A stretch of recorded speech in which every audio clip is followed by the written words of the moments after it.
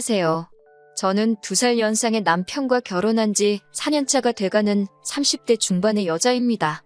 작년 초까지만 해도 결혼해서 정말 행복하다고 생각하며 살고 있었습니다. 남편하고는 3년이나 긴 연애를 했고 결혼을 하게 되었어요. 결혼기간 4년 동안 한 번도 안 싸운 부분은 없을 거라고 생각되네요. 자잘한 다툼 당연히 있었고 의견 차이도 심했지만 서로 대화를 통해 다름을 인정하고 반발짝씩 양보해가며 최대한 큰 싸움으로 번지지 않게 만들어가며 잘 지냈고 이 사람만큼은 죽을 때까지 내 편이겠구나 믿음을 주는 그런 남편입니다. 시부모님도 참 좋은 분이세요. 처음 인사드리러 갔을 때부터 시어머니 인품에 감동한 일이 있었어요. 아직 결혼이 확정된 것도 아닌 때였는데 남편이 제가 해산물을 좋아한다고 말해줬다며 회도 종류별로 떠다 놓으시고 매운탕도 직접 끓여서 준비해 주셨더라고요. 어른들 앞이라 불편했지만 정말 제가 좋아하는 것들밖에 없어서 맛있게 먹고 있는데 시어머니께서는 통식사를 드시고 계시지 않더라고요. 어머님은 안 드시냐 물었더니 자기는 비린내 때문에 역해서 해산물을 별로 안 좋아하신다고 하시더라고요. 제가 좋아한다니까 준비해 주신 거죠. 결혼 후에도 찾아뵈면 그때처럼 해산물로 진수성찬을 내주시지는 않지만 꼭 생선 한 마리라도 구워주십니다. 비린내 싫어하신다 하셨으면서도 손수살을 발라서 제 밥 위에 올려주시고요.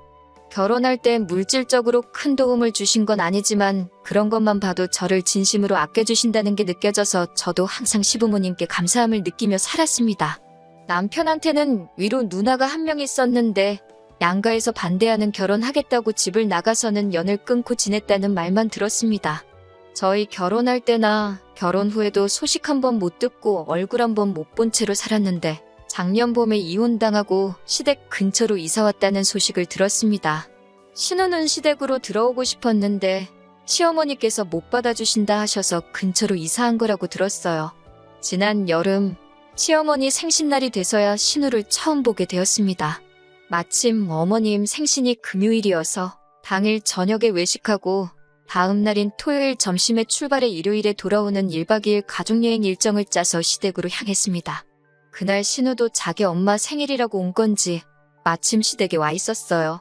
그때가 신우를 처음 만난 날이네요.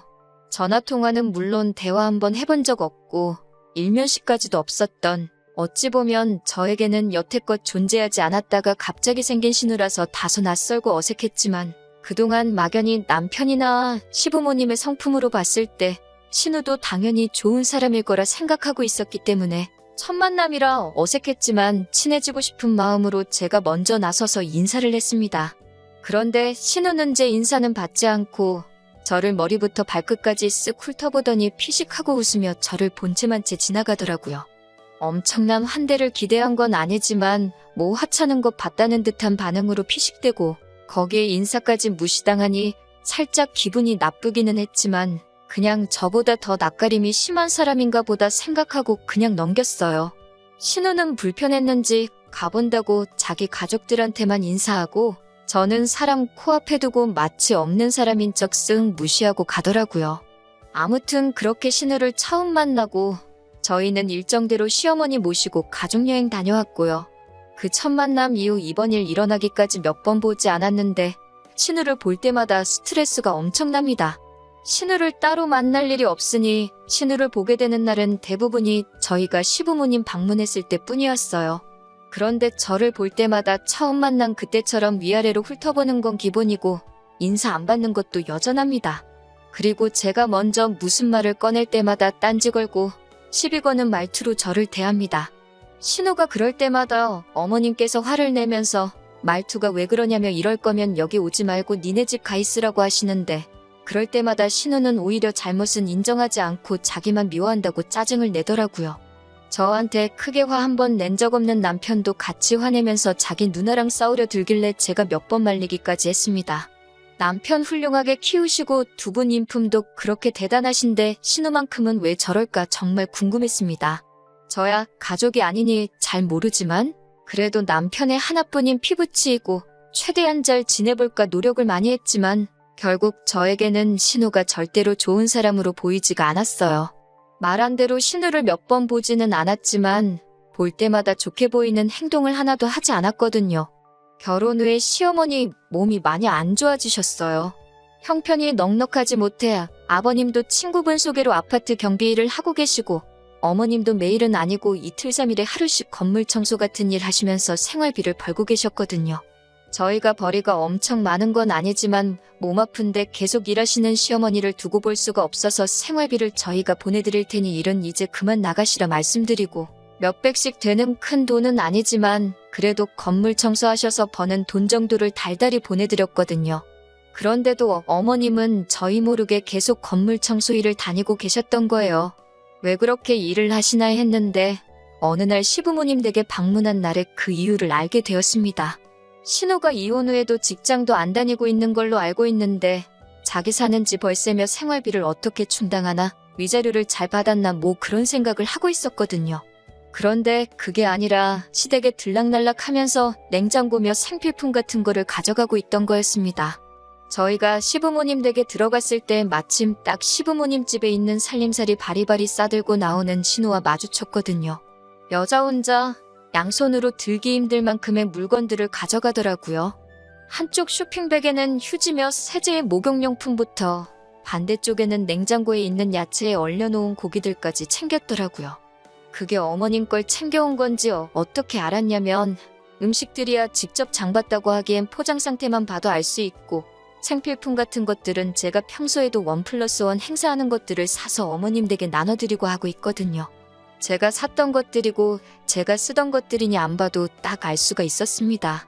딱 봐도 한두 번 가져간 게 아닌 게 보이니 그간 어머님께서 신우한테 죄다 빼앗기고 정작 본인이 필요한 건 다시 사셔야 하는데 그러기에는 저희한테 말도 못 하셨던 거고 본인이 고생해 가시며 푼돈 벌어 장만하시고 있던 거였고요.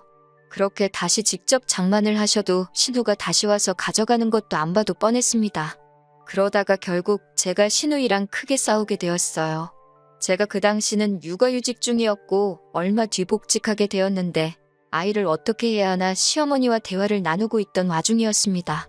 그날도 신우가 놀러와 있었는데 지나가면서 저와 시어머니가 나누는 이야기 듣고는 대뜸 제 어깨를 확 낚아채더니 뭐 얼마나 대단한 회사를 다닌다고 애를 다른 사람한테 맡기냐며 벌써부터 늙은 시어머니 부려먹을 생각하지 말고 애엄마면 애엄마답게 회사 그만두고 직접 키우라고 하더라고요. 시어머니께서 몸도 불편하셨던 터라 아이를 완전히 맡기려는 계획도 없었고 애초에 도움이 불러서 아이를 돌보게 할 계획이었어요.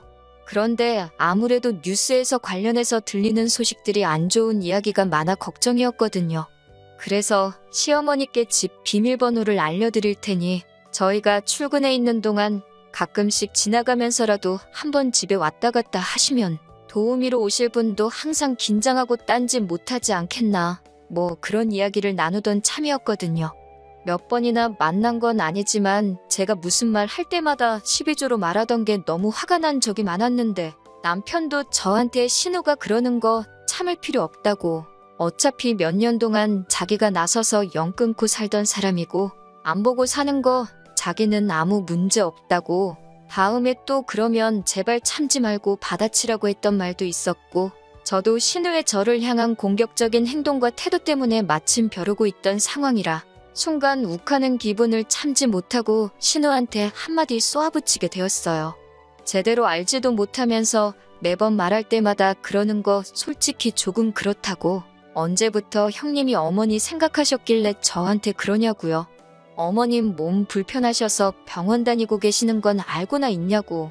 형님이야말로 어머님한테 기대 살요량으로 이 근처로 이사 온 거 아니냐. 마음에 안 든다고 집 나갈 땐 언제고 이제 와서 세상 효녀인 척 하지 말라고. 그렇게 어머님 챙기는 분이 냉장고며 창고까지 싹 털어가는 게 말이나 되냐고 쏘아붙였습니다. 사실 저렇게까지 말할 생각이 없었는데 한마디 하고 나니까 다음 게 터지고 또 그 다음 참아왔던 게 터지고 하니까 안 해도 될 말까지 했네요. 할 이야기 다 하고 나니 아차 싶어 어머님 쪽으로 바라보니 어머님께서 울고 계시더라고요. 그때 참 제가 너무했나 많이 후회했어요.